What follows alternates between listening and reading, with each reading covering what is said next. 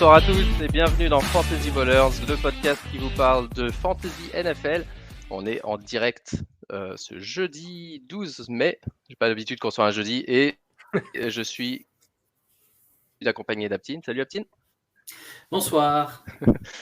Ce soir, on a le plaisir d'accueillir Jérôme du Front Office Podcast. Salut Jérôme.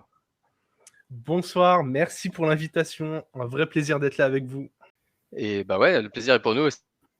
Ce podcast, quelque chose que personnellement j'ai découvert il y a quelques semaines, mais qui existe depuis le début de la saison dernière, c'est ça Jérôme?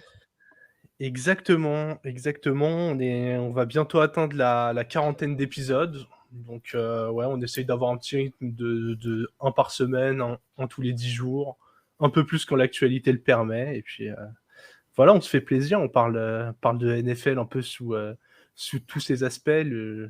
C'est vraiment le fun au milieu du truc, donc dès qu'un sujet nous intéresse, on y va. Parfait.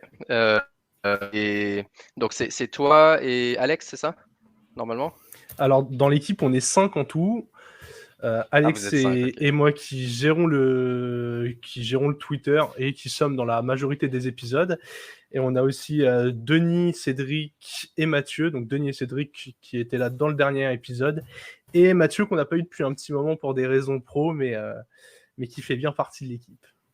Parfait. Et du coup, là j'ai vu vous avez lancé une série de rankings. Ouais. Une série de rankings pour 2022 avec les QB. Vous avez commencé par les QB et vous allez faire poste par poste. Donc ça va être sympa à suivre. Ouais, on s'est dit que c'était jamais trop tôt pour parler fantasy. Hein. Nous, on adore ça. C'est vraiment ce qui nous porte pendant la saison. On est comme des dingues toute la semaine. Donc, ouais, on a décidé de proposer. Alors, on sait très bien que dans 2 mois, va y avoir un mec qui va se faire les croisés et que ça va tout remettre en cause. Mais on a décidé de commencer à proposer dès maintenant des petits rankings pour, déjà pour donner notre avis par les NFL et puis pour orienter un peu ceux que ça intéresse et qui ont un championnat à gagner. Exactement, c'est ça le plus important. N'est-ce pas, Aptine? Une finale à gagner, non? Une finale à gagner et le prix à gagner, ça sera une casserole Tefal juste derrière Jérôme. C'est clair, voilà, il a déjà les bons, hein, pour ceux qui nous suivent en direct et ceux qui écoutent, je vous recommande d'aller sur YouTube et sur Twitch. On est sur Twitch pour la première fois, j'espère que c'est en train de marcher. Pour la première fois, sous la pression populaire, on a accepté de passer à Twitch. Et j'avoue que c'est plus simple pour ceux qui nous suivent en téléphone, parce que qui paye YouTube Premium, hein, sincèrement, à part malgré toutes leurs pubs. Et c'est vrai que Twitch, on peut regarder ça tranquillement sans être dessus. Donc bref, c'était pas pour faire une pub à Twitch qu'on fait cet épisode, mais pour parler de gagnants et de perdants en fantasy suite aux événements des 2 dernières semaines, donc notamment de la draft, à la fois pour les rookies, dont on a un petit peu parlé déjà sur Twitter et puis sur notre dernière mock draft qu'on a faite avec toi, Aptine, mais aussi les vétérans, parce que forcément, quand par rapport à ce qu'on attendait un petit peu avant la draft, il y a peut-être des joueurs, on espérait qu'ils aient un peu d'aide, ils en ont pas eu, d'autres, ils en ont peut-être eu trop, alors du coup, il y a trop de monde, trop de bouches à nourrir dans l'équipe, etc. Donc on va y aller un peu poste par poste. Et en ton honneur, Jérôme, je vais commencer par les QB et je vais commencer avec toi. Et je vais te demander si tu en as trouvé un, parce que tu m'as dit juste avant l'antenne que tu as trouvé plus de perdants que de gagnants sur cette série de draft. Clairement, ouais. Si tu en as un QB qui sort grand vainqueur, ton grand vainqueur de ces 2 dernières semaines. Je vais commencer par un Jameis Winston. Je trouve que les Saints ont suivi le plan qu'on attendait. Et c'est très bien. C'est très bien. Ils ont pris un receveur. Ils en avaient besoin, qui est Michael Thomas ou non. C'est encore mieux s'il y a Michael Thomas. Et ils avaient perdu Armstead, parti chez les Dolphins. Ils ont récupéré Trevor Penning. Donc 2 choix bien utilisés qui répondent à des besoins directs. On sait que Winston, avec les bonnes armes, ça peut vraiment faire l'affaire. Donc Je pense que c'est un des gagnants de cette draft. Ouais, clairement, ouais. Clairement. En plus, ils ont drafté Chris Olave pour aider. On espère que Michael Thomas revienne. Je commence déjà à entendre des bruits comme quoi sa cheville est pas 100% remise, etc. C'est un peu inquiétant d'entendre encore ces rumeurs-là sortir du camp des Saints. Surtout pour nous qui avons Michael Thomas dans notre dynastie internationale. On compte sur lui pour essayer de remonter la pente. Mais ouais, je suis parfaitement d'accord avec toi, Jameis Winston, un des vainqueurs de cette draft. Et toi, Aptin?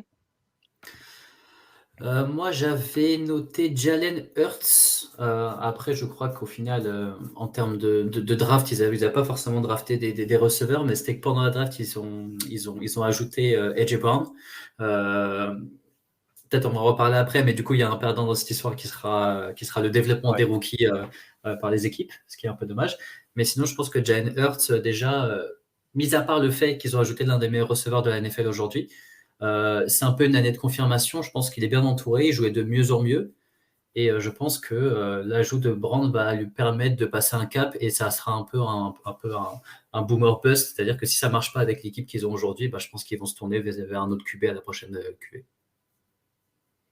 Ouais, c'est clair. C'est un peu okay, c'est bon. Je pense que même les additions en défense peuvent l'aider à justement avoir un jeu un peu plus stable. Et après, je voulais parler de scoring fantasy et de scoring de QB en particulier et avoir l'opinion de Jérôme parce que moi, on sait que je suis enfin même pas un défendeur, un militant pour passer à 6 points le touchdown à la passe et moins 4 pour une interception pour les QB. Pour d'abord arrêter de favoriser les QB qui marquent des touchdowns à la course de manière injuste par rapport à un touchdown à la passe, et ensuite pour pénaliser un peu plus les interceptions qui en vrai football sont extrêmement pénalisantes. Et voilà, favoriser les QB qui sont précis. Parce que justement, on vient de parler de Winston et Hurts, qui sont deux exemples sublimes de QB qui sont moyens, parfois un peu mieux, parfois un peu moins bien en NFL, et par contre qui peuvent être des superstars fantasy. Qu'est-ce que tu penses, Jérôme, du scoring de base, toi, pour les QB? Alors nous, c'est un gros sujet tous les ans dans notre fantasy. À chaque fois, on se réunit en comité pour voir comment on ajuste pour essayer de pondérer au mieux la force de chaque poste. Et c'est vrai que ta proposition de faire en sorte que les interceptions coûtent plus cher, c'est pas mal. Après, du coup, pour les QB hyper propres, passer la passe à 6, ça fait du quarterback un poste beaucoup plus important que le reste, quoi, je pense. Tu vois, quand t'es un joueur assez propre, un Rodgers, c'est à peu près peut ça. te faire une... Ouais. C'est à peu près ça. Ça redonne une vraie différence entre les QB élites et les moyens. Et ça empêche effectivement cette stratégie qu'on avait souvent d'attendre en QB, de laisser passer les meilleurs QB, de pas se laisser embarquer dans un rush de QB et de prendre je sais pas, si on repart 4-5 ans en arrière, un Matt Ryan ou un Alex Smith ou aujourd'hui, je sais pas, Kirk Cousins ou Derek Carr, tranquillement, tu vois, à la fin de la draft, quand tout le monde a drafté son QB, et en fait, tu as un mec qui est quasiment aussi fort que le reste. Alors que là, avec le plus 6, moins 4, Aptin le sait, parce qu'il a pris Mahomes au 1-0-1 en dynastie l'année dernière. Et ça fait mal. Ouais, justement, parce qu'il n'a pas eu une saison aussi bonne que les précédentes, mais justement pour cette raison-là. Donc, moi j'aime bien parce que ça redonne effectivement au QB son importance et ça en fait la pièce primordiale de ton équipe fantasy plutôt que d'être là à se dire ouais c'est bon, j'ai McCaffrey, j'ai Elliott ou j'ai Tyreek Hill qui sont des joueurs super importants mais qui devraient pas être le mec, la superstar, parce que dans la réalité c'est pas le cas. Ouais, non, c'est hyper intéressant comme point de vue, surtout que nous, on a fait le choix, vu qu'on est 8, de jouer à 2 QB. Ouais, donc du coup, ça c'est indispensable si vous êtes petite ligue, c'est indispensable. Et du coup, c'est vrai qu'on pourrait avoir des stratégies un peu mixées où tu as un QB très propre qui va peut-être pas faire 50 TD la saison, mais qui va faire très peu d'interceptions et que tu peux mettre à côté d'un QB boomer bust, quoi. Ouais, j'aime le concept. Je vais en parler chez nous. Test. Nous, on a même été plus loin. On a commencé à donner des points pour les passes complètes et des négatifs pour les incomplètes. Ce qui fait que si le gars il complète pas 2/3 de ses passes, il a un petit malus. Et celui qui en complète plus que 2/3 a un bonus. Mais sans aller jusque-là, le plus 6 moins 4, c'est les gars. Si vous créez C'est vos déjà ligues pas mal. fantasy, là, c'est dans les semaines qui viennent, pensez-y. Donc moi, un petit QB vainqueur de cette draft pour le moment, Jared Goff. Les Lions ont trade up pour avoir un des bons receveurs, même s'il ne sera pas immédiatement disponible, Jameson Williams, peut-être à partir de novembre si tout se passe bien. Mais globalement, ouais, une bonne offense. Et ils sont renforcés en défense. Ils ont trade up pour Jameson Williams, comme j'ai dit. Ils ont toujours Amon-Ra St. Brown, leur Titans.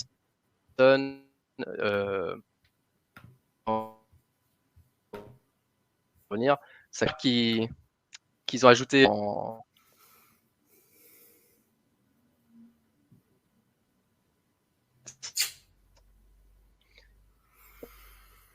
Donc, ouais. Goff s'en sort bien. Ils auraient très pu un QB. Voilà.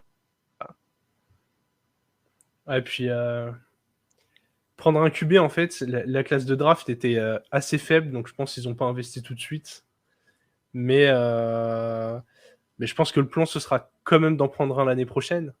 Là, c'est clair qu'il a été bien équipé. Malgré le bilan des Lions la saison dernière, dans l'état d'esprit, je trouve que ça s'était hyper bien passé.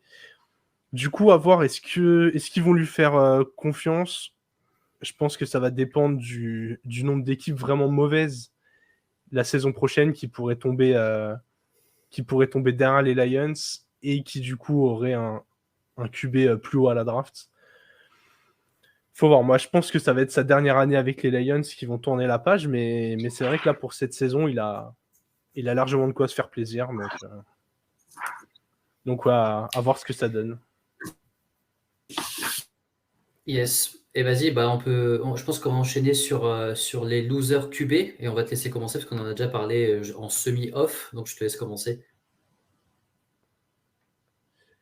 Du coup, loser QB, je vais malheureusement parler de mes titans et de Ryan Tannehill.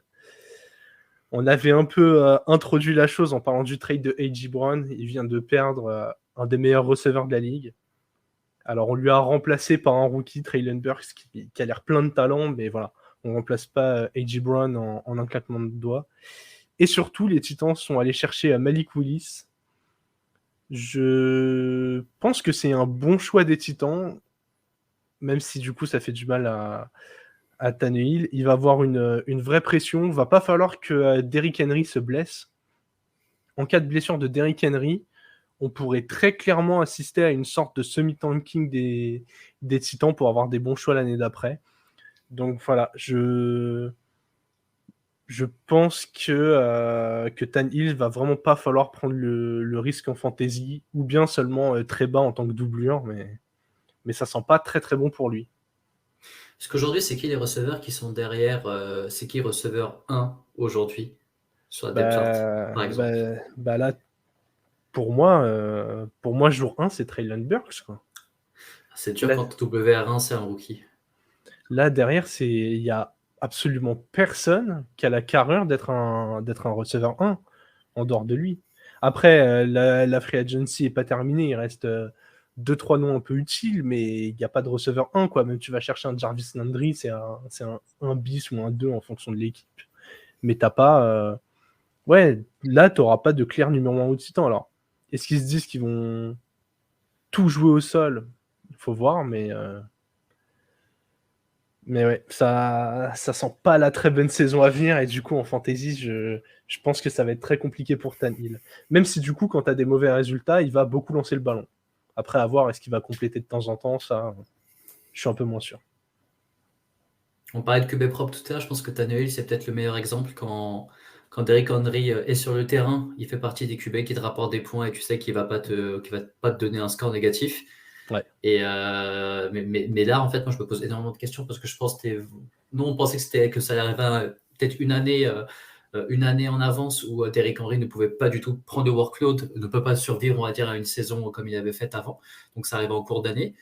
Et là, je me dis, il peut clairement pas tenir, sauf que là, il n'y a plus aucun receveur. En gros, l'année dernière, tu disais, tu avais Jay Brown, tu avais Julio Jones. Et là, cette année, tu n'en as aucun des deux. Je sais pas la ligne offensive si elle n'était pas top l'année dernière, je sais pas si elle a été renforcée ou non. Mais après, pour moi, quand tu as un rookie qui vient derrière toi, qui te met la pression, pour moi, tu ne peux que mieux jouer. Donc sur ça, je pense pas qu'il va perdre son job en tout cas cette année. Mais c'est plus au final cette question de WR1 enfin de receveur 1 qui me fait peur aujourd'hui chez les Titans. Donc je te rejoins totalement sur le loser QB parce que moi j'avais le même. Donc je veux pas plus ajouter de ce que tu as dit. Ok, j'espère que maintenant ça va marcher parce que j'ai changé d'ordi, j'ai changé de place. Je suis assis littéralement à 10 cm de mon routeur Wi-Fi et je vous jure que j'arrête tout si ça coupe encore. Écoute, ça marche super bien, donc vas-y. J'en peux plus. Donc, du coup, Tannehill. Moi, je vais dire Justin Fields. Le pauvre Justin Fields, deuxième année, à qui je ne sais pas si on avait promis de l'aide ou pas, mais il en a plutôt perdu qu'autre chose. Il a perdu Allen Robinson. Tariq Cohen a été cut, même si l'année dernière, il ne pouvait pas jouer. Et ils ont ajouté strictement personne en attaque, sauf un receveur, Velus Jones, je crois, qui apparemment a 25 ou 26 ans, je sais pas ce qu'il faisait encore à l'université, mais clairement pas un des receveurs les plus attendus dans cette classe qui pourtant n'en manquait pas. Et bon, ils n'avaient pas de premier round parce qu'ils avaient fait justement ce trade l'année dernière avec les Giants pour Fields, donc c'est non plus comme s'ils pouvaient avoir une superstar, mais ils ont rajouté personne en ligne offensive et personne à la réception, à part Byron Pringle. Et maintenant, dans cette offense, je crois que Pringle est WR2 techniquement, derrière Darnell Mooney. Il y a toujours David Montgomery, mais je vois pas spécialement ce que Justin Fields peut faire de plus que l'année dernière avec la préparation qu'on lui a donnée. Donc j'ai un peu de la peine pour lui. Ouais. Ouais, ça risque d'être compliqué pour lui. Il a aucune arme. Pour moi, Mooney, c'est pas du tout un numéro 1. Allen Robinson, il avait fait une mauvaise saison, mais là, je pense qu'au Rams, on va très clairement voir que c'est un excellent joueur. Je trouve que pour un QB qui va jouer sa deuxième saison, ne pas le mettre en bonne condition, c'est vraiment dommage. Donc, c'est exactement ça. On peut parler de... Tu vois, les autres justement, les autres QB dans son cas, enfin en tout cas, Mac Jones, ils ont rajouté un receveur avec de la vitesse, ils ont rajouté 2 running backs, Trevor Lawrence, ils lui ont pris Christian Kirk à grand prix pendant l'off-season, ils ont ensuite, ils n'ont pas drafté un O-line, mais ils ont ajouté des gens, quoi, et puis il y a Travis Etienne qui devrait revenir. Donc tous ces QB, ils ont pris Jones aussi, non? Des Raiders, je crois. Ouais, Zay Jones aussi, je crois. Ouais, Zay Jones, il est parti chez Chicago. Ouais. Et Evan Engram des Giants, qui, même si confirmé sa saison rookie, ça reste un super receveur. Donc tout le monde a de l'aide, et sauf le pauvre Justin Fields, qui lui n'en a pas. À moins qu'il y ait un autre QB, on va passer au running back. Et Jérôme, de nouveau, à toi l'honneur. Hein, un running back qui sort gagnant de cette période. Alors, est-ce qu'on le considère vraiment comme un running back? Mais j'ai Cordarrelle Patterson, qui est un joueur ultra hybride. Du coup, tu le sors à tous les postes. Tu le sors tight end, receveur, QB, running back, comme ça, tu sais que tu es gagnant. Alors, je le mets là parce qu'il a beaucoup porté le ballon la saison dernière. Sûr, ouais. Et que les Falcons ont coupé Mike Davis, qui a été une déception. On attendait beaucoup mieux de lui. Ils ont drafté Drake London. Et pour moi, c'est pas quelque chose qui va impacter son rendement en fantasy. Pour moi, ça va simplement lui ouvrir un peu plus d'espace. Je pense que là, il était vraiment tout seul dans l'attaque avec Kyle Pitts. Alors, Pitts était tout le temps pris à 2. Il était obligé de faire des miracles pour recevoir un ballon. Et Cordarrelle Patterson, heureusement qu'il est talentueux parce qu'il rentrait toujours dans des murs défensifs construits pour lui. Là, le fait d'avoir mis une option supplémentaire va lui permettre d'avoir quelques brèches en plus. Et surtout, ils ont pris donc Mariota, donc ça date d'un peu avant la draft, mais passer de Matt Ryan à Marcus Mariota, ça veut forcément dire un peu moins de passes, et donc potentiellement un peu plus de courses pour lui. Donc je pense que c'est un des gagnants de cette draft. Ouais, ça se tient clairement. Et ils ont cut Mike Davis après avoir drafté Tyler Algier. Donc finalement, en running back, il n'a pas de compétition. Il a Damien Williams, je crois, et puis le rookie, 5e round. Et même si un de ces deux joueurs se mettait à super bien jouer au poste de running back, il est toujours capable de. De toute façon, il a un profil hybride, comme tu dis, il peut jouer à plusieurs postes et être déployé de différentes manières. Et la depth chart d'Atlanta en receveur, c'est encore pire qu'en running back. Donc effectivement, ouais, ils ont personne d'autre avec ce profil-là. Et pour le moment, je crois qu'il est drafté un peu autour de RB3, assez loin, quoi. Et alors qu'il a l'upside, on l'a vu l'année dernière hein, pendant une série de matchs, même s'il est un peu fatigué vers la fin, il a un upside de RB1 pratiquement. Aptine, est-ce que tu as un running back? J'en ai un, mais parce que franchement, ce poste, moi j'ai du mal, de plus en plus de mal. Mais je vais dire le rookie Damon Pierce des Texans, parce qu'il arrive dans un backfield où il n'y a personne. C'est pas Marlon Mack qui va faire le boulot. Il va faire un bon match. Il va remonter dans le wire, on va mettre de l'argent, il va se blesser. On sait comment ça marche avec Marlon Mack. Et je pense qu'il est dans un endroit où tu peux que scorer. Donc je me dis que ça peut être, et aussi c'est bien de donner un rookie un peu vainqueur aussi, mais j'irai sur Pierce. Ouais, moi en termes de rookie, alors ça c'est un peu plus controversé parce que j'ai entendu les deux opinions depuis une dizaine de jours. Mais pour moi, Ken Walker, comme on l'appelle maintenant, au lieu de Kenneth Walker, il atterrit. D'abord, il est drafté deuxième round, deuxième running back à cette draft. Et en plus, il atterrit dans une équipe dont la philosophie offensive est complètement axée autour de la course. Alors oui, Rashad Penny a fait une super fin de saison dernière, mais est-ce qu'ils lui font vraiment confiance puisque le premier truc qu'ils ont fait, c'était de drafter un running back au deuxième round. Est-ce que le fait qu'il fait une super fin de saison, justement, ne montre pas à quel point tu peux plug plus ou moins n'importe quel running back, avec des limites, hein, un running back un peu talentueux, mais plus ou moins n'importe qui dans cette offense et le mec performe mais du coup, c'est pas le cas. Hein? Du coup, l'offense, elle a complètement changé. Oui, alors ouais, forcément, ouais, Russell Wilson, il a changé, mais la philosophie est plus ou moins la même. Donc effectivement, ouais, Russell Wilson, si on pense que ils arrivaient à courir grâce au fait qu'il y avait Russell Wilson en QB, ce qui est possible, ou est-ce que c'est vraiment Russell Wilson était effectivement bridé et de toute façon les défenses savaient plus ou moins que les mecs allaient courir. Je sais pas. J'avoue que je suis pas un gros expert des Seahawks, mais en tout cas, j'ai pas peur de Chris Carson. J'ai pas peur qu'il revienne, même s'il y a certains fans qui pensent qu'il est prêt à revenir, etc. À mon avis, sa carrière est derrière lui. Donc, pour moi, Ken Walker, parmi les rookies, effectivement, il atterrit dans un bon endroit. Mais encore une fois, je sais que c'est controversé. J'ai entendu des gens me dire exactement l'inverse. Donc, je sais pas. Ça se tient.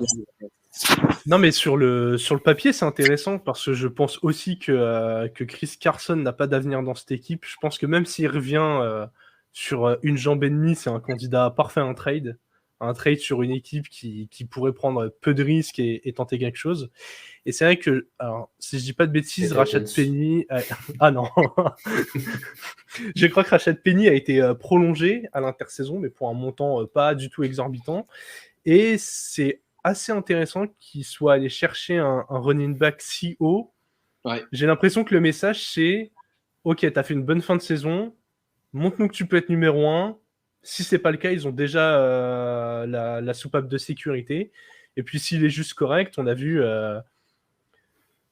pas mal de running back agir en comité. Donc voilà, je pense qu'il y a aucun souci.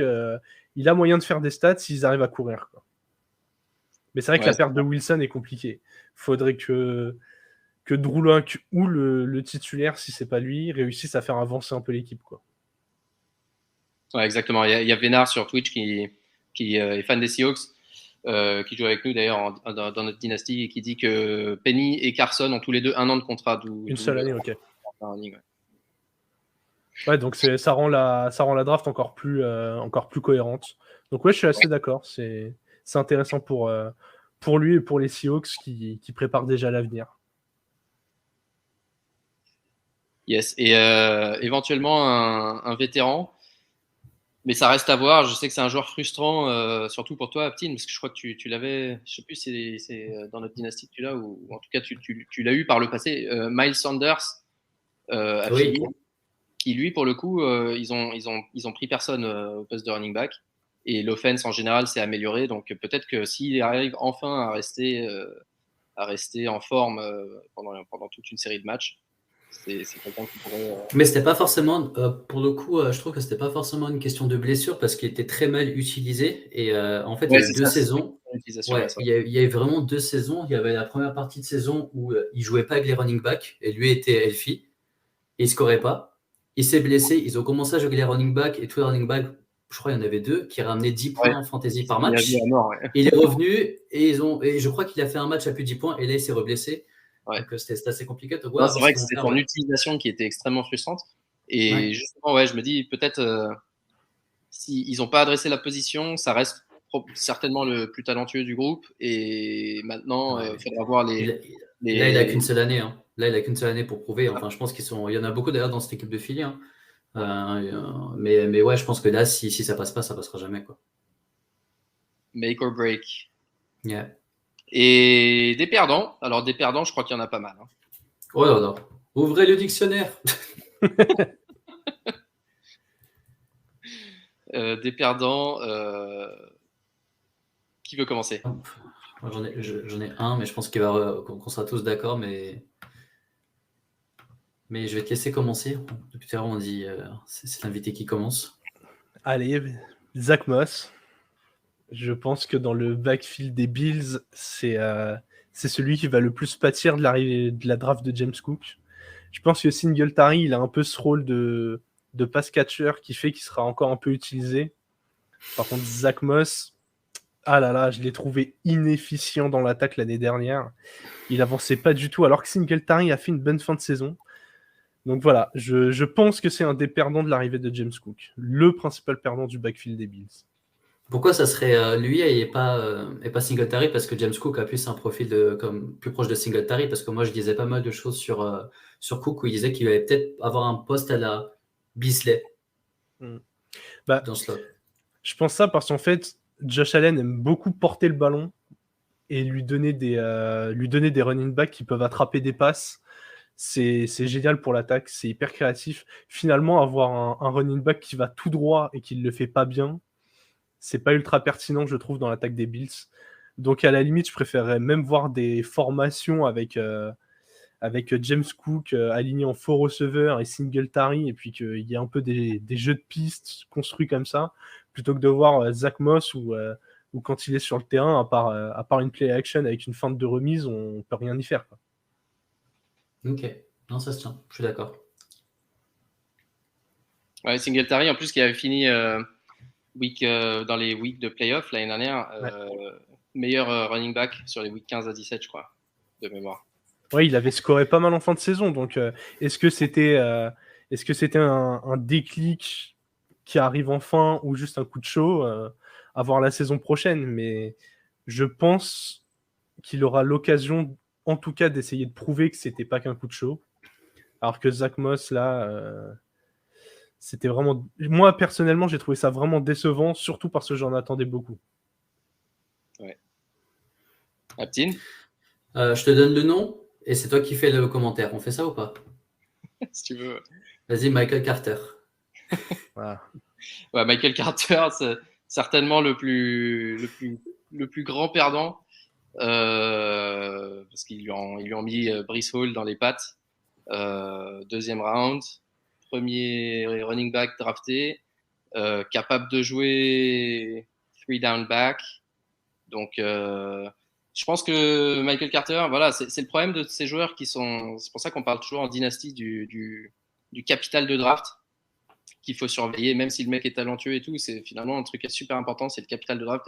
Carter qui était drafté au 4e round, le 3e jour, je crois, l'année dernière. Talentueux, il fait quelques bons matchs, il joue plutôt bien, mais à la première opportunité, les mecs, ils draftent quelqu'un d'autre à sa place, sans vraiment réfléchir. Et du coup, forcément, tout espoir qu'il ait un rôle un peu à la Austin Eckler, cette année vient d'être anéanti. Cela dit, pour moi, je pense qu'il a encore pas mal de. Il peut avoir de la value en running back spécialisé à la passe, selon la manière dont le déploient les Jets. Hall, c'est un rookie. Peut-être qu'il va. Je pense pas qu'il fera une saison à la Najee Harris avec 350 carries. Et voilà, attention à la surréaction dans l'autre sens. Nous, on l'a récupéré dans un trade. Là, pendant notre rookie draft, on a récupéré le dernier pick du 2e round plus Michael Carter contre notre premier pick du 2e round. Et qui aurait pu être utilisé sur, par exemple, un Rashad White ou un Dameon Pierce, qu'on a préféré utiliser avec Carter et reculer au 2e round pour prendre quelqu'un comme Brian Robinson. Mais voilà, je pense qu'il ne va pas non plus disparaître, Michael Carter, mais c'est clairement un des plus grands perdants pour ceux qui avaient des gros espoirs en lui. Il n'a plus aucune chance de faire une saison de RB1, même de RB2 maintenant. Il peut être utile en cas de blessure seulement. Ouais, même si on voit de plus en plus de comités à 2 running back, il y en a des tonnes à Green Bay avec Jones et Dillon, chez les Cowboys avec Zeke et Pollard. Il y a des tonnes d'exemples, mais du coup, ça impacte vraiment les chiffres. Et je pense pas que les Jets seront une équipe dominante l'année prochaine, donc en plus, ils vont pas non plus courir. Enfin voilà, si c'était justement, on parlait des Bills. En théorie, les Bills devraient être devant dans pas mal de matchs. Bah là, t'as de quoi faire courir plusieurs running backs. Je pense pas que ce sera le cas des Jets. Donc ouais, il a pris un gros coup. Ok, du coup, Aptine, je t'en dis un et toi, tu fais le commentaire. Non. Ça a marché une fois. T'as un joueur dont tu veux parler ou pas? Non, je pensais à Carter, donc ce que tu as dit. En fait, moi, j'ai juste pas compris pourquoi ils sont partis rechercher un bon running back alors qu'on voyait qu'il était productif et qu'il était bon. Donc, c'est juste que ça m'embête, tu vois, en tant que rookie, tu arrives dans une équipe, tu commences à montrer des belles choses et dès l'année d'après, alors que tu es un rookie, tu peux que confirmer, tu peux que mieux jouer. Et en fait, on te met quelqu'un dans les pattes et ta carrière, déjà, elle prend un tournant chelou, quoi. Donc, moi, c'est ça qui. Le truc, c'est qu'il ressens la tristesse des joueurs. Il n'a pas le profil d'un mec qui peut vraiment jouer early downs, passer dans la ligne offensive, etc. Il est assez petit. Il n'est pas aussi puissant que pourrait l'être Breece Hall. Donc, je pense que c'est ça qu'ils ont vu. Mais tout dépend effectivement du rôle qu'ils vont lui donner. Est-ce que ça sera un rôle sporadique? Est-ce qu'au contraire, ils vont jouer un peu en comité? Il y a eu des exemples, même avec des joueurs de ce profil-là. Je me rappelle de Devonta Freeman avec Tevin Coleman qui était plus impliqué à la passe et qui finalement avait eu une saison efficace aussi. Donc voilà, je pense qu'il ne faut pas trop surréagir. Pour moi, ça reste le plus gros perdant, mais il ne faut pas non plus surréagir dans l'autre sens et se dire le mec ça y est, disparu. Il ne sert plus à rien. Ouais. C'est 2e année, il est talentueux, il a montré qu'il avait sa place en NFL. Donc, ne paniquons pas trop non plus. Mais c'est vrai que tu as parlé du capital de draft juste avant. Et je vais sortir un tout petit poil de la fantasy, mais je comprendrai jamais ces équipes qui draftent des running backs aussi haut, surtout quand ils ont déjà du matériel. Il y a encore plein de free agents qui sont à la recherche d'un contrat pour 1 ou 2 ans. Quand on voit la durée de vie d'un running back en NFL, je comprendrai jamais une équipe qui met un premier tour ou un 2e tour. On peut le voir, le dernier qui a été drafté très très haut, c'est Saquon Barkley par les Giants. Attends, c'est un sujet dont on parlait souvent. Je frise. Mais pour moi, c'était une erreur énorme. Et pourtant, en termes de potentiel, c'est un joueur générationnel. On a vu que dès qu'il est sur le terrain, il explose toutes les défenses. Mais c'est tellement rare un running back qui va faire 7, 8 et encore plus années dans la ligue. C'est ultra rare. Donc, ouais. En plus, ils ont essayé de drafter ils ont essayé de trader, toute l'intersaison pour avoir un receveur. Tout ça pour prendre Hyperon en running back. J'ai vraiment rien compris à l'intersaison des Jets. Hein. Ouais. Bah, ils ont drafté Garrett Wilson aussi, donc on en parlera tout à l'heure, mais c'est vrai que ça fait maintenant eux pour le coup, c'est lui en fait que j'aurais dû citer quand on parlait de Justin Fields. Zach Wilson, les gars, ils ont absolument tout donné pour lui donner un maximum d'armes et d'aide pour qu'il puisse se développer. Donc vraiment tout l'inverse de Fields. Mais effectivement, les running backs, en plus, ça finit par coûter, ça coûte cher à un poste qui est remplaçable. Donc ça va être intéressant de voir comment ça évolue parce qu'on voit de plus en plus d'équipes finalement, même cette année, tu vois, aucun running back drafté au premier round, même si on sait que c'était pas la meilleure classe de running, mais on dit ok, même deuxième tour c'est trop tôt. Alors est-ce que ça veut dire quoi? Il faut attendre le troisième tour, quatrième tour, et au final, à quel moment ça ira presque trop loin dans l'autre sens et une équipe peut essayer de mettre un peu d'argent sur une star, ou est-ce que les meilleurs joueurs, les meilleurs athlètes refuseront de jouer running back parce qu'ils savent que, comme Deebo Samuel, une des raisons pour lesquelles il veut être tradé, il dit je ne veux pas être utilisé de cette manière-là, ça va raccourcir ma carrière, les gens vont croire que je suis running back. J'allais prendre l'exemple des Niners justement. Les Niners, ils peuvent mettre n'importe quel joueur sur le poste de running back. La ligne est tellement forte, si le mec comprend les schémas, il avance. On l'a vu l'année dernière. Et c'est pas que l'année dernière d'ailleurs. Ça fait quelques années avec les schémas de Shanahan. Un joueur, il a le ballon dans les mains, il avance. N'importe qui. Donc ça donne moins envie de mettre des hauts capital draft. Mais oui, je comprends le sujet du coup, des mecs qui vont qui vont refuser de jouer à ce poste-là, quoi. Ouais. Alors, un peu à l'appel, on va en donner quelques autres. Arrêtez-moi si vous voulez commenter, mais on nous dit sur Twitch, effectivement, tous les running backs de Miami avec la signature de Sonny Michel. Et donc, il y a Chase Edmonds, il y a Myles Gaskin, maintenant Sonny Michel. Il y avait Salvon Ahmed aussi. Ils sont 4 ou 5 là-dedans. Ça, c'est sûr. J'allais dire, pas tous perdants du coup. Je pense que Edmonds va être utilisé avec Sonny Michel va beaucoup courir, Edmonds recevoir des passes. Par contre, Myles Gaskin, si quelqu'un veut un running back, il faut faire une offre. Hein. Il finira pas la saison chez les Dolphins. Enfin, le problème, c'est que tu peux en starter aucun, quoi. Ouais, tant qu'ils sont Je sais pas. Sauf si effectivement ils donnent le ballon à Edmonds, ça c'est possible, et que les autres soient plus directs. Mais... J'ai cru entendre que qu'Edmonds allait justement avoir ce rôle un peu à la Deebo Samuel chez les Dolphins. Donc c'est la nouvelle licorne, c'est. voilà, exactement. Un rôle hybride à la Deebo Samuel, à la Cordarrelle Patterson. Damian Harris aux Pats, ils ont drafté 2 running backs, alors que déjà ils partageaient un peu le boulot avec Stevenson. Il y a James White qui doit revenir de blessure, et ça fait une running back room assez surchargée là aussi.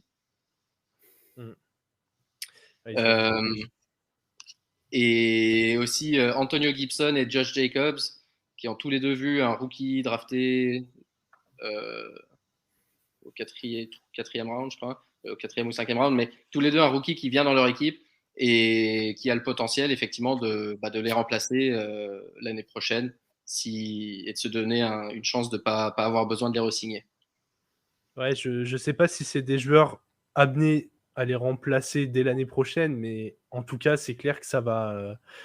Enfin, je voulais dire l'année prochaine, 2023, quoi. Oui, ok. Ouais, mais oui, ça va un peu taper déjà dans leur capital de ballon porté. Puis, c'est 2 joueurs qui ont eu des blessures, donc forcément, les équipes assurent leurs arrières. Donc voilà, c'est des sélections logiques, mais qui vont faire un peu mal en fantasy. Et on se rend compte du coup que des vrais running back 1 qui n'ont pas de concurrence, il y en a de moins en moins. Du coup, leur valeur en fantasy, elle augmente énormément, quoi. Ok, on passe, à moins qu'il y en ait un autre, on passe aux receveurs. Et les receveurs gagnants qui ont bénéficié de cette draft. Antonio Brown.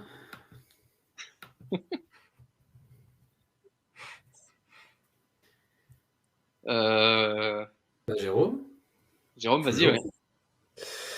Bateman. Rashad Ouais. Bateman, forcément. Il y a eu Ouais. le départ d'Hollywood Brown. Rien que pour ça. Rien que pour ça, il est gagnant. Il va avoir plus de ballons. Il y a Marc Andrews à côté de lui qui reste la cible numéro 1 et qui va attirer un peu l'attention. Il y a un jeu au sol qui est très très fort et qui oblige les défenses à mettre du monde dans la boîte. Donc il va avoir des espaces pour s'exprimer. Après, pour lui, la seule question, c'est de savoir est-ce qu'on aura le Lamar Jackson niveau MVP ou le Lamar Jackson niveau Michael Vick, quoi. C'est un peu la seule énigme.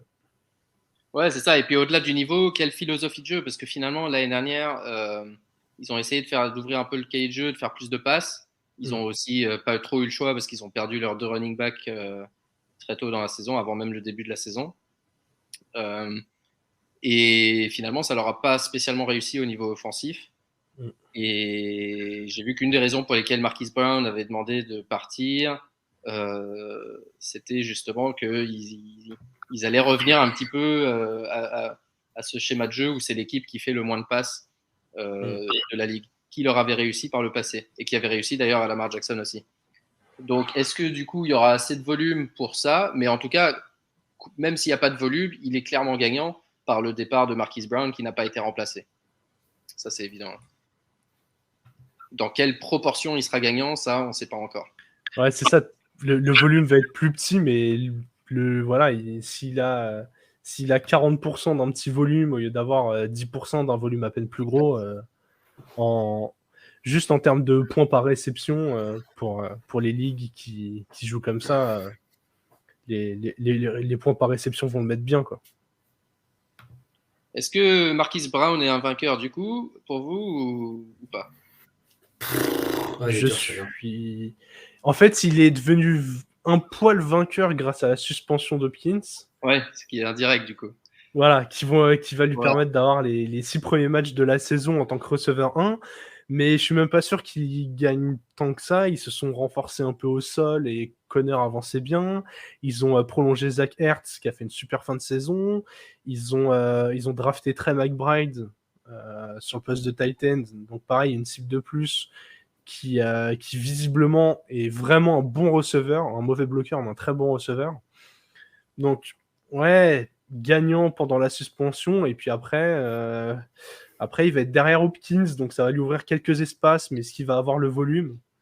Ça va être un joueur, typiquement, il va nous fournir des matchs à 3 réceptions et 88 yards, quoi. Et puis, il sera intéressant que quand il aura mis un touchdown. Ouais, c'était un peu le problème des receveurs d'Arizona dans leur ensemble l'année dernière. Aptil, toi, tu le disais régulièrement, tu sais jamais lequel va performer un dimanche, et en fait, au final, tu peux pas vraiment les starter. Le seul truc qui, moi, me donnerait un peu d'espoir, c'est la relation qu'il a avec Kyler Murray. Ouais. Et quand on sait l'importance que ça a. Aptine, toi, si aujourd'hui en dynastie, on te propose Marquise Brown ou Rashad Bateman, tu prends lequel des deux? Bateman, large. Ouais, moi je suis pas d'accord, ouais. Je prendrais Marquise Brown. Déjà parce qu'Hopkins commence à vieillir un peu, à être un peu moins performant. Puis surtout Kyler Murray. Alors, la question c'est est-ce qu'il restera aux cartes sur le long terme, je sais pas. Mais Ouais. le volume de passes qu'il envoie est trop intéressant. Bateman, finalement, on connaît pas encore tellement l'étendue de On n'a son pas vu encore. talent. On n'a pas vu, ouais. Mais Donc, Hollywood Brown n'a fait qu'une seule bonne saison. Hein. oui, c'est vrai, Et, c'est vrai. il Mais a fait dans un qu'une seule bonne système qui n'est saison. pas fait pour lui, quoi. Je sais pas. Non, Mm. non, parce qu'au final, justement, c'est là pour le coup, Lamar Jackson l'année dernière, c'est lui qui avait changé tout son jeu. C'est lui Ouais. qui courait plus du tout, qui passait beaucoup à la passe. Sur les Browns qu'on a profité. Bateman a montré de très belles choses. Par contre, là, tu arrives vraiment dans une équipe d'Arizona où moi, je suis très joueur régulier. Que tu marques une fois 30 points, mais tu m'en mettes 0-0, ça m'intéresse pas. Que tu mettes 10 points tous les matchs, ça m'intéresse. Et là, pour le coup, Hollywood Brown, il est dans un système qui n'est pas du tout fait pour lui. Et les bonnes choses qu'on a vues de Rondale Moore l'année dernière, je me dis, tu es obligé d'utiliser cette année. T'as Hertz, t'es parti prendre le meilleur tight end de la QV. Je me dis, en fait, il y a trop de trucs qui me font dire que, ok, c'est un nom stylé, ok, Hopkins est out les 6 premiers matchs, mais pour moi, c'est pas une assurance. Comme Bateman, pour moi, il sera beaucoup plus régulier, quoi. Donc, ça serait quelque chose à suivre. Hein. Enfin, je vous dis pas, je pense que Hollywood Brown est un meilleur joueur, mais je pense qu'il va ramener moins de points que Bateman. La saison prochaine, ouais, mais si on prend sur, je sais pas, 3 ou 4 ans, je suis moins sûr, quoi. Donc, tu vois, il y a un peu cette vision dynastie où je me dis, dans 3 ans, lequel est dans une bonne situation, je pense que Hollywood Brown sera mieux fourni que Bateman.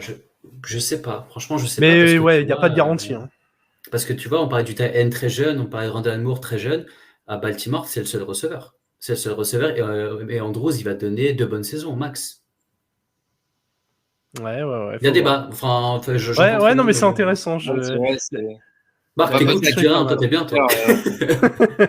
on va mettre ce sondage-là sur Twitter. Team Bateman ou Team Marquise. Aptine, t'as un receveur qui sort vainqueur? Ouais, j'en avais 2. Attends, je relis. Bateman en a parlé. Et c'était plus, mais je sais qu'on en a aussi parlé, mais c'était avant, c'était Treylon Burks, en fait. Parce que on sait qu'il a un jeu un peu, même un gap assez similaire à celui d'A.J. Brown. Il va pas faire du A.J. Brown.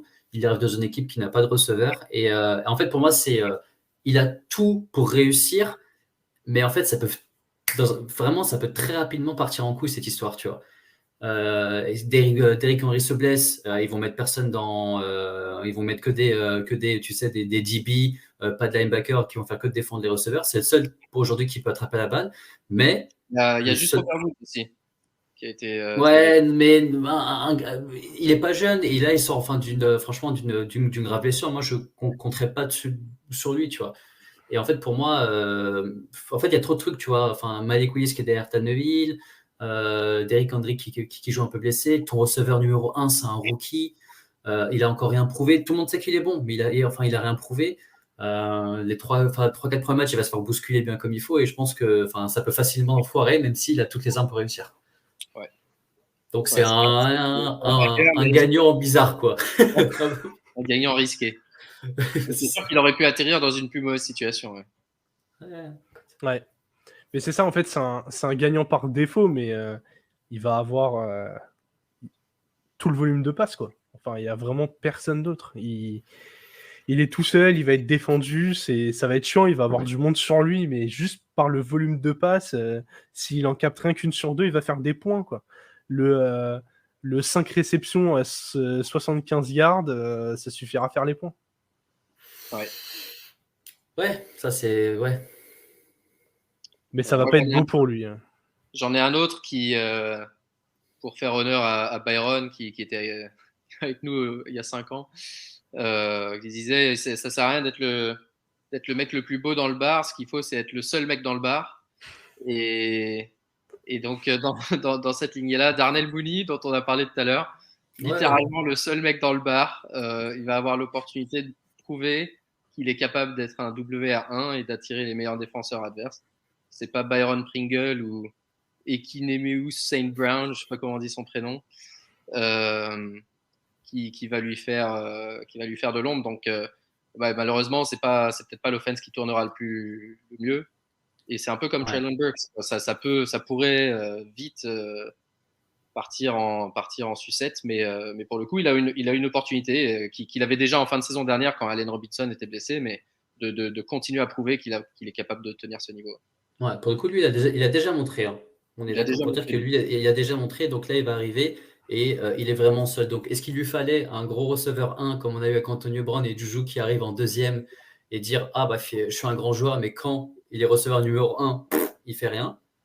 À voir aussi. Mais bon, après, j'espère que c'est plus le schéma offensif des Bears qui va changer parce que pour moi, c'est vraiment ça le problème aujourd'hui. Ouais. Michael Pittman, on nous dit sur YouTube. Assez d'accord, ouais.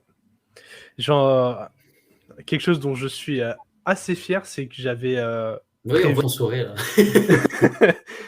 On en a parlé dans l'épisode quarterback qu'on a fait avec Alex. En fait, je sentais que Matt Ryan pouvait aller chez les Colts. Je me disais, il faut absolument que les Colts aillent sur lui. Et c'est clair que pour Pittman, là, c'est un upside de malade de récupérer un ancien MVP. Alors, Matt Ryan est vieillissant, mais ça reste un passeur de qualité. Ouais. Ça va être génial pour lui.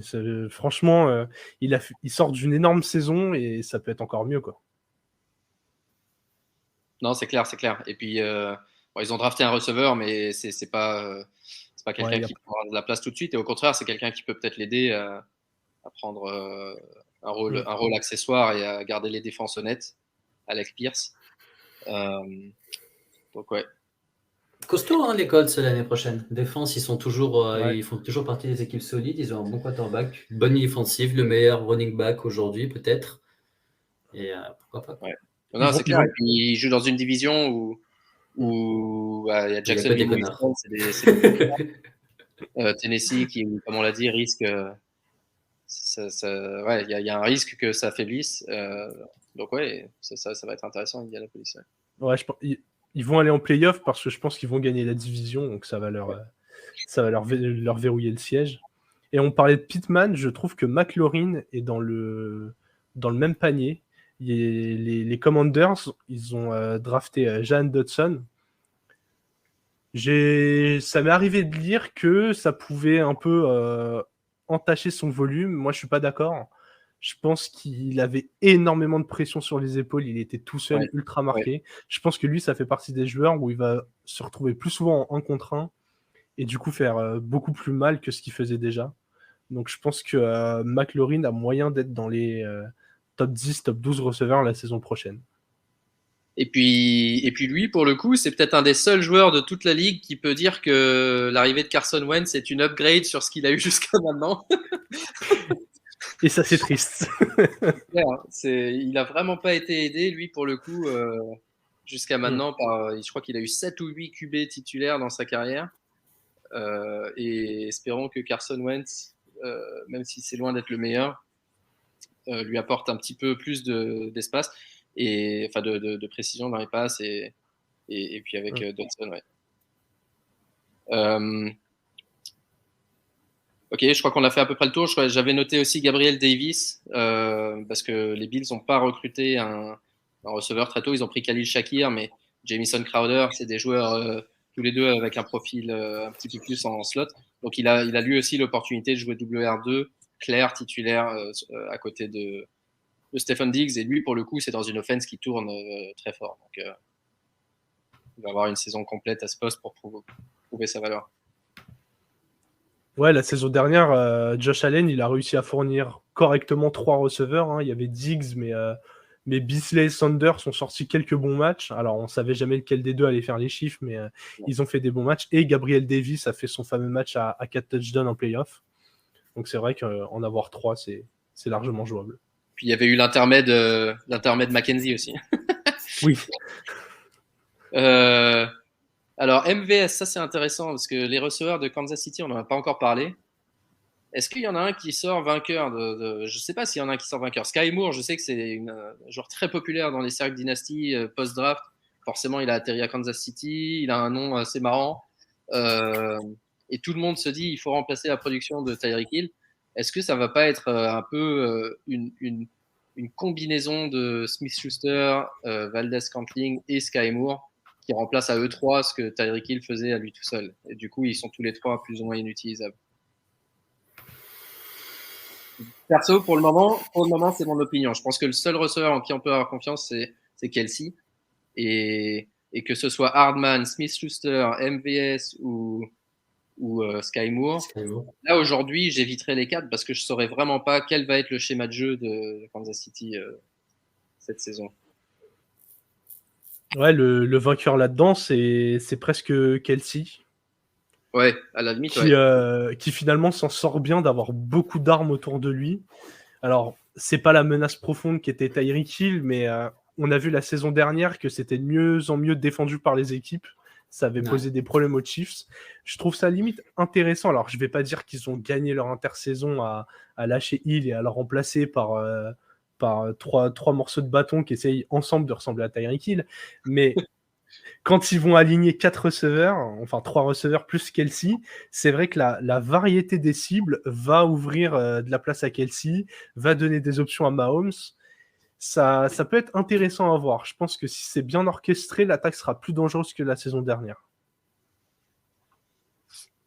Ouais, je suis assez d'accord. Et effectivement, c'est le genre de trade. Et je trouve qu'ils s'en sortent vraiment très bien Parce que techniquement, forcément, ouais, et souvent on a le même problème en dynastie, sauf qu'on n'a pas le salaire dans l'histoire. Mais si tu dis, ok, tu dois payer un mec le plus gros salaire de receveur de la ligue, ou avoir plus de flexibilité en rajoutant 3-4 gars et en des profils différents, etc. Et en se hedgeant contre une blessure. Alors évidemment, tu n'as pas l'upside d'avoir la star, le mec qui est capable de faire un play avec sa vitesse et son physique à n'importe quel moment, qui attire 2 défenseurs à lui tout seul, etc., voire 3. Mais tu as économisé l'argent que tu peux utiliser à d'autres endroits sur ton équipe et tu le remplaces avec des joueurs qui sont assez talentueux, somme toute, parce que tout le monde veut jouer avec Patrick Mahomes. Donc je trouve qu'ils s'en sortent pas trop mal. Ouais. C'est une équipe qui a dû lâcher Tyreek Hill. Tout en essayant de continuer à gagner. T'as tout dit, ça permet d'être un peu muni contre les blessures. Il y a de la variété, non, c'est ultra intéressant. Je pense que autant en fantasy, c'est du coup pas très intéressant vu qu'on saura jamais lequel prendre, mais en dehors de Kelsey. Mais en tout cas, sur le terrain, ça va leur servir. Ouais. Est-ce que Pat Mahomes, pour revenir rapidement sur les QB et fermer le chapitre Kansas City, Pat Mahomes, vainqueur ou perdant? Vainqueur.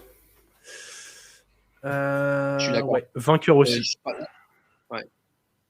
C'est bizarre à dire que tu perds Tyreek Hill, on te met vainqueur, mais en fait, je pense qu'il était tombé dans un schéma trop prévisible parce que tu connais les routes de Kelsey, tu connais les routes de Tyreek Hill, sauf que Tyreek Hill, les ballons que tu lui envoies qui ne sont pas catchés, c'est de l'interception. Et ça, on l'a beaucoup vu quand ça jouait à 2 safety sur Tyreek Hill, ça devenait très compliqué. Alors que là, je pense que, en plus, surtout avec la créativité des coachs offensifs, tu en as 4 qui peuvent catcher le ballon. Peut-être pas aussi, ils n'auront pas du tout les mêmes séparations que Tyreek Hill avec les joueurs, mais je pense qu'ils peuvent tous apporter quelque chose.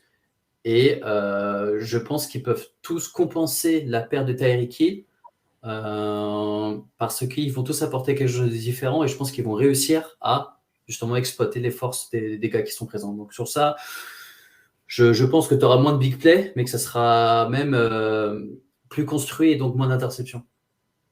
Et on reprend ton scoring de merde, c'est parfait.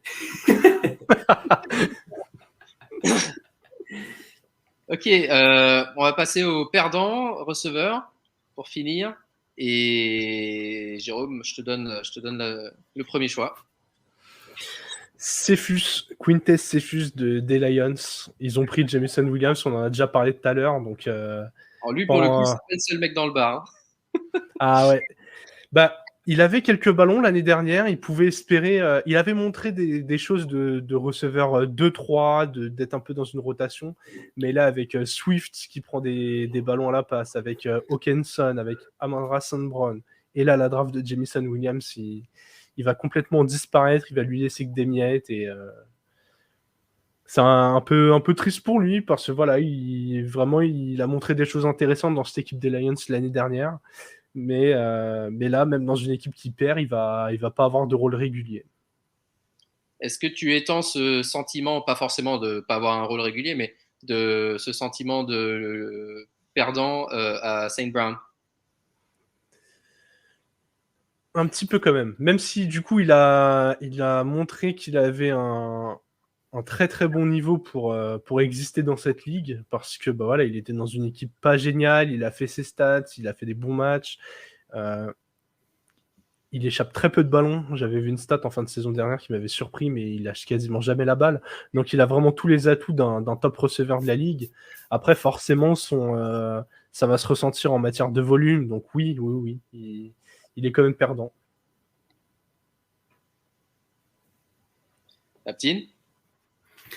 Moi, j'en avais 3 que je vais regrouper dans les receveurs partis trop tôt, dans le sens où les rookies qui ont montré des belles choses, et en plus, je sais qu'il y en avait un aux Giants, parce qu'on a vu le match ensemble, Rondale Moore que j'ai cité tout à l'heure, que je pensais qu'ils allaient avoir qu'ils pouvaient avoir une nette confirmation, et en fait, ils ont tout fait pour pas que ça marche.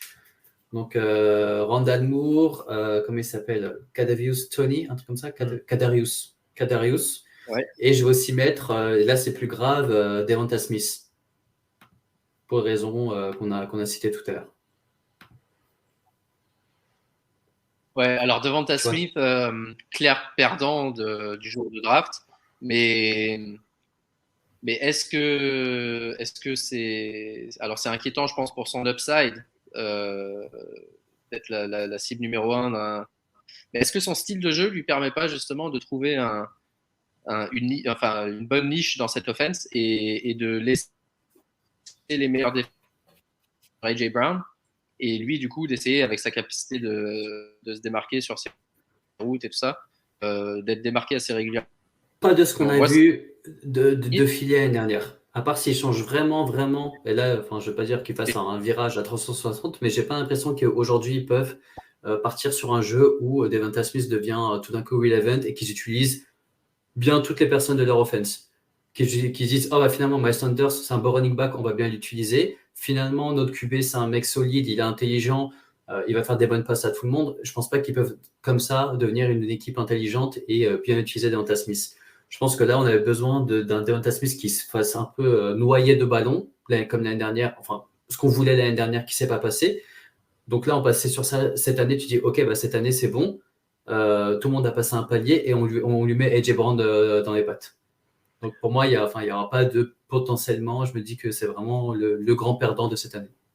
En fait, ça aurait pu fonctionner uniquement si le quarterback n'était pas Jalen Hurts, qui est du coup pas un bon passeur. Oui. Tu vois, si tu mets un quarterback qui lance beaucoup le ballon, il y a pas mal d'équipes où tu arrives à faire vivre 2 receveurs. Mais là, avec Jalen Hurts, qui l'année dernière, il a couru pour quelque chose comme 800 yards au sol, il est clairement meilleur à la course qu'à la passe. Pour lui, le salut de cette association avec Brown viendra uniquement si du coup ça fonctionne pas pour Hurts et qu'il relance. Je crois que la doublure est toujours Gardner Minshew, qui est un de mes chouchous. Donc j'en suis presque à espérer qu'il puisse jouer quelques matchs et faire briller tout ça, quoi. Ouais, mais tu vois, pour moi, c'est au-delà du QB. Pour moi, il y a un vrai problème de jeu offensif, de play offensif. Et pour moi, on va voir rapidement, hein, mais je pense que le style va changer du tout sur cette nouvelle saison. Comme on parlait de Chicago, pour moi, c'est mieux qu'un Chicago, mais je pense que on peut dire que c'est un peu la même histoire. Ouais, parce que Chicago, c'est vraiment compliqué. Oui, mais bon, au final, tu vois, c'est plus le style des coachs offensifs qui font que ça joue comme ça. Et Philly, c'est quand même pas beau à voir, quoi. Tu vas pas mettre ton réveil pour regarder Philly jouer, à part Stéphane. Hein. Ah oui, c'est à que s'ils jouent contre ton équipe que tu les regardes, sinon. Ouais. Ou s'ils sont dans la red zone. Ouais, bon après, c'est pas toi qui choisis du coup. Marc, vas-y. Je vais dire le nom, mais je veux avoir ton avis aussi, puisque c'est ton équipe. Chase Claypool, parce que Pittsburgh a drafté non pas un, mais 2 receveurs. Dont un qui joue le rôle de Claypool avec George Pickens. Donc, est-ce qu'il perdant pour moi, oui, parce que justement, il y a un autre joueur qui est capable de jouer ce rôle. Est-ce qu'il sera perdant, oui ou non? Ça, je ne sais pas spécialement et je voulais avoir ton opinion là-dessus. Moi, je ne l'ai jamais vu comme. En fait, et c'est ça mon problème avec Claypool, c'est que moi, je ne l'ai jamais vu comme un très, très bon receveur. Et quand on me dit perdant, c'est-à-dire qu'il a été fort. Tu vois, il a fait. En fait, il a fait son premier match où il a fait Oui, mais c'est tout. Mais sauf que. Mais il n'y a jamais eu comment on peut dire ça, beaucoup d'activités en termes de ballons reçus, etc. C'est pas un Jonathan Johnson, tu vas lui donner 10 targets par match, tu vois. Et là, qu'importe le QB, j'espère quand même plus que ce sera Pickett pour en tout cas plus faire vivre les joueurs, mais je pense qu'on a beaucoup de profils différents. Et pour moi, Claypool, ça va devenir juste un mec qui pourra faire 2-3 gros catchs, grand max par match. Mais pour moi, ce ne sera pas un mec régulier, quoi. Pour moi, il y a Jonathan Johnson, le tight end, et là, ça va être un peu un big play sur Calvin, Pickens et Claypool qui vont avoir pour moi un rôle similaire, quoi, ou en tout cas des stats similaires. Donc, perdant, ça dépend de ce que tu entends. Si tu penses que c'est un W vers un 1, non. Un 2, non plus. En fait, mais il est belle value. Mais Je pense qu'il est perdant, même en n'étant pas bon. Il arrive quand même à être un peu perdant, quoi. Tellement qu'il y a d'armes C'est-à-dire autour de lui. Bah, d'accord. c'est clairement pas un 1, tu vois, c'est au mieux un receveur 2, mais même avec ce statut-là, cette draft, elle est pas bonne pour lui, quoi. Même, enfin là, au poste de quarterback, le fait de pas être sûr de ton titulaire et de pas être sûr du niveau de ton titulaire fait que Najee Harris va être ultra utilisé en soupape de sécurité. Tu as parlé de la progression du Titan, il va prendre beaucoup de ballons. Jonathan Johnson, il est génial, ça a drafté. Enfin, je suis d'accord avec toi, il va avoir entre 2 et 4 catchs par match. De temps en temps, il va mettre le petit TD qui va lui faire passer les 10 points, mais c'est clairement pas un joueur que tu peux drafter en fantasy la saison prochaine, quoi. Mais après, il fait partie, tu sais, des gros noms qui ont de la value et pour des trades, etc., ça peut être facile, tu vois. Ouais. Moi, généralement, je suis très faible quand tu m'envoies un mec de Pittsburgh, mais lui, il m'a jamais. Je me suis jamais dit, oh, ouais, vas-y, ok, je te donne, je sais pas moi, AJ Brown, quoi. Ah ouais, non. Ok, et un petit dernier, mais en fait, je trouve pas qu'il soit tellement perdant parce que je l'ai pas trouvé bon l'an dernier et c'est quelqu'un qui me déçoit depuis le début de sa carrière. Mais c'est juste pour pouvoir parler aussi de celui qui le remplace. Donc le perdant, Corey Davis, qui voit arriver Garrett Wilson dans le corps de receveur et qui avait signé un contrat de 3 ans l'année dernière pour jouer aux Jets, qui finalement était rapidement passé derrière Elijah Moore dès que Moore a pu jouer. Et maintenant que Garrett Wilson est là, je vois bien Corey Davis disparaître. Lui, il a fait vraiment partie des beaux connards de 2021 quand même, hein, Corey Davis. Franchement, tu peux lui donner un petit truc, tu vois, une petite casserole Tefal là de Jérôme, tu te dis tiens, ça c'est ce sport. Parce que franchement, lui, un gros receveur qui sortait une belle saison, tu disais il est dans une équipe qui était quand même hypée. Franchement, les Jets, il y avait un peu de hype. Moi, je savais qu'ils n'allaient rien faire, mais il y avait quand même de la hype, tu voulais quand même regarder, tu vois. Et tu te dis, au moins il va faire son milliard d'ITD, il était mauvais. Il était juste mauvais. Il était nulle part. Donc, ouais, enfin, perdant. Alors là, Claypool, je ne le voyais pas comme un gagnant, mais. Ouais. Bon. Disons que là, c'est clair pour lui, la porte, elle est fermée, quoi. Il peut attendre le trade et espérer trouver une équipe. Ouais. Il a un profil intéressant pourtant, hein. Chez les Titans, en receveur 2, il avait fait le boulot, mais. Pourquoi là, vous n'avez même pas de receveur. Vous le prenez, vous passez Burks en plus, il connaît déjà vos plays, quoi, donc ça peut marcher. Ouais. Exactement. On le prend pour un 7e tour. Moi, c'est OK, voilà. Et est-ce que vous avez des Titans dont vous voulez parler? Moi, je trouve que c'est pas une bonne affaire d'avoir pris le meilleur tight end alors que tu re-signes Hurts. C'est pas, il y a des choses que, en plus, dans une équipe où on a déjà 6 receveurs, 2 tight ends. Il y avait Max Williams aussi qui jouait bien l'année dernière. Ouais, voilà, 2 receveurs en plus potables, enfin 2 tight end receveurs avec des bonnes mains. Là, je me dis, déjà que nous, on est en galère en train de dire qui on start. Alors, si maintenant, où ils font ça à tous les postes, tu es à tripler chaque poste, on est dans la merde, tu vois. Donc, je dirais plutôt. En fait, moi, j'aime pas quand il y a un rookie qui arrive dans une équipe où tu sais qu'il n'a pas joué alors qu'il y est déjà apte pour jouer, tu vois. Donc, je dirais Bright. Et du coup, je vais citer Hunter Henry juste pour revenir sur les Pats. Et il avait une belle connexion avec Mac Jones l'année dernière, mais il avait aussi profité des blessures de Jonnu Smith. Les Pats ont laissé entendre que Jonnu Smith allait avoir un rôle bien grandissant cette année. Moi, c'est un joueur que j'aime beaucoup, qui est physiquement très très fort. Et puis, on en a déjà parlé plus tôt, mais ils ont rajouté encore tellement d'armes. Ah oui, il est aux Titans. Ok, il est aux Titans. Ouais, il est aux Titans. Et puis, il est encore super jeune, Jonnu Smith. Moi, je suis toujours surpris quand je vois son âge, parce qu'il a été là depuis quelques années déjà. Et en fait, je crois que j'ai pas son âge sous les yeux, mais il est plus jeune qu'on le croit. Il a 27 ans maintenant, 26 ans. Et pour moi, il en avait déjà quasiment 30.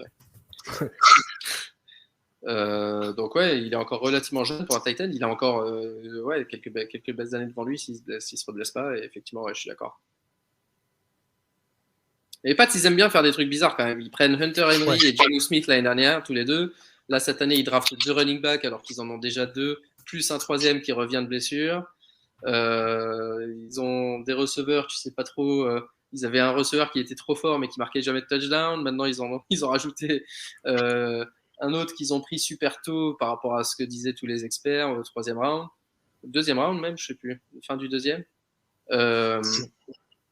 Et évidemment, leur choix de 1er round de prendre le guard de Chattanooga, ça a fait me marrer tout le monde. C'est vrai que depuis une saison ou deux, ils font des choix assez étranges. Ouais. Ouais, ils font des drafts particulières. Pourtant, ils arrivent à rester compétitifs, mais oui, c'est assez incompréhensible. Ils sont allés chercher au premier tour un joueur qu'ils auraient pu avoir au 2e, voire début de 3e jour, en fonction des rankings de chacun.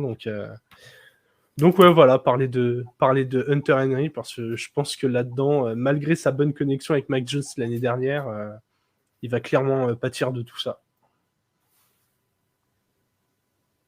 Parfait. Je crois qu'on a fait le tour, les gars. Merci beaucoup, Jérôme, pour ta participation et bonne chance avec le front office. On va rajouter ça dans nos favoris. Eh ben, merci beaucoup pour l'invitation. C'était un vrai plaisir. Toujours là pour parler NFL et fantasy. Donc, on remet ça quand vous voulez.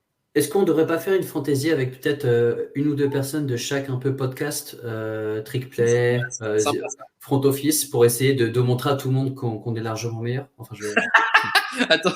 J'allais vous le proposer en off en plus, mais maintenant qu'on pas besoin de off, nous on dit ça devant les gens. Ok, très bien. Il faut qu'on fasse le free agent. Il y a leur spécialiste fantasy, les gars du trick play qui eux pour le coup je crois qu'ils jouent un peu moins mais ils connaissent bien les joueurs. Ils vont drafter que des rookies, on va se faire laver par une équipe full rookies. On devrait pouvoir trouver peut-être un ou deux mecs de TD et il y en avait un autre. Il y en a quelques-uns. Café Crème Soirée qui connaissent aussi, ils peuvent, je crois qu'il y en a un ou deux qui connaissent bien, donc on les invite aussi. Ah, ce sera avec plaisir. On va organiser ça. Ouais. On va faire ça. Moi, je propose, et c'est Marc derrière qui va devoir le faire. Il me déteste déjà. Non. Je fais tout et à cause de vous, mon internet il marche plus. C'est nouveau ça. Bah, en plus de te donner la référence de mon matériel, je t'offrirai un câble Ethernet. Laisse tomber le matériel. J'ai pas besoin de micro, il faut juste une connexion. Bon, en tout cas, merci beaucoup Jérôme encore. Yes, merci Jérôme. Bonne chance avec à vous. plaisir. Écoutez le front office dans les semaines qui viennent pour les top 10 à chaque fois. C'est top 10 que vous faites ou top 20 ? Ouais, je pense qu'on va faire top 10. Ça prend déjà un bon petit temps de présenter tout ça. Donc ouais, on va faire top 10 par poste. On le refera sûrement de manière plus étoffée juste avant la saison aussi.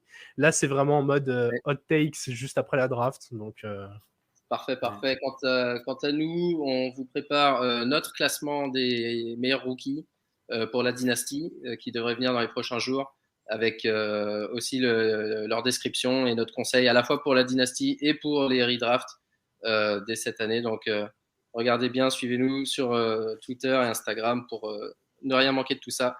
Et on a aussi une newsletter. Inscrivez-vous pour avoir les articles directement dans votre inbox parce que Twitter, ça disparaît assez vite.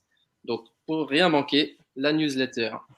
À bientôt et peace avec une meilleure connexion Internet. Ciao.